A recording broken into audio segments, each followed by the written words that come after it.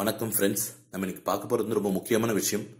ஒரு பேனா பேப்பர் எடுத்து வச்சுக்கோங்க. ஏன்னா இந்த விஷயம் இப்போ ரொம்ப தேவையானது இந்த காலகட்டத்துக்கு.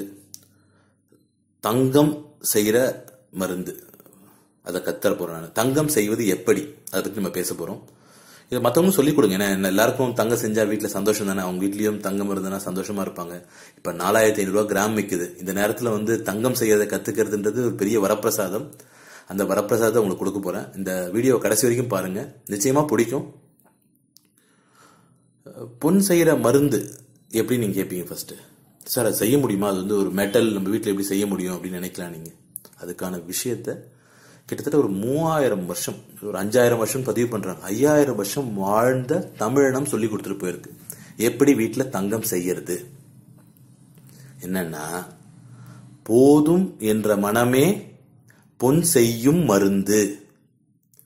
போதும்னு நினை, உங்க வீட்டில் தங்கம் விளையும் பதிவு பண்றான் நம்ம தமிழ. இப்படிங்க போதும்னு நினைச்சா தங்கம் விளையுமா? விளையும். ஒரு பாக்கெட்ல 10 ரூபாய் இருக்குங்க ஒருத்தங்கிட்ட, அவன் போதும்னு நினைக்கிறான். அவன் பணக்காரன் தானே.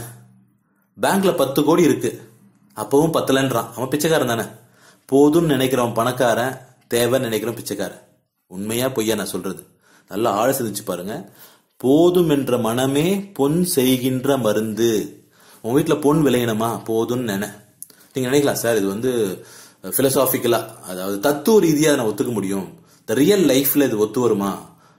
பொன் செய்யற மருந்துன்றீங்க, இது ஒத்து வருமா? ஒத்து வரும். அதற்கான விளக்கத்தை உங்களுக்கு சொல்றேன், கேளுங்க. இப்ப நீ போதும் நினைச்சனா, ஒரு விஷயம் வேணாம் நினைக்கிற, போதும் எனக்கு இந்த பணம் போதும் நினைக்கிறேன். நினைக்கும் பொழுது அதற்கான தேவை உனக்கு வராது. பணம் எப்ப தேவைப்படும்? உணவு, உடை, இருப்பிடம், இல்ல அதுக்கப்புறம் போனீங்கன்னா அனாவசிய செலவுகள் தான். காரு, பங்களா, வீடு, அது மாதிரி விஷயங்கள் தான் வாங்கும். ஸோ அப்போ போதும்னு நினைக்கும் போது அனாவசிய செலவுகள் உனக்கு வராது. வேற எப்படி? மருத்துவ செலவு, உனக்கு மருத்துவ செலவு வராது. போதும்னு நினைச்சு பாரு. போதும்னு நினைக்கும் போது உனக்கு அனாவசிய செலவுகளோ, இல்லைன்னா ஆடம்பர செலவுகளோ, இல்லைன்னா மருத்துவ செலவுகளோ உனக்கு வராது. ஸோ அப்போ பொன் விளையும். ஓகே, பொன் விளையிறதுனா வீட்டுல தங்கம் இருந்தா சந்தோஷப்படுவோம். நிறைய தங்கம் இருந்தா சந்தோஷப்படுவோம். இப்ப தங்கம் வீட்டுல இருந்து எப்படி சந்தோஷப்பட முடியும்? இப்ப சந்தோஷம் தான். தங்கம் இருக்கும்போது சந்தோஷம் கிடைக்கும். அப்ப நீ போதும் நினைச்சா மட்டும்தாங்க சந்தோஷம் வரும். பத்தல பத்தல பத்தல, கார் பத்தல, பைக் பத்தல, கப்பல் பத்தல, பிளைட் பத்தல நினைச்சிட்டே இருந்தீங்கன்னா மனசுல உளைச்சல் மட்டும்தான், மன உளைச்சல் மட்டும்தான் மிச்சம். மனம் எப்ப சந்தோஷப்படும்?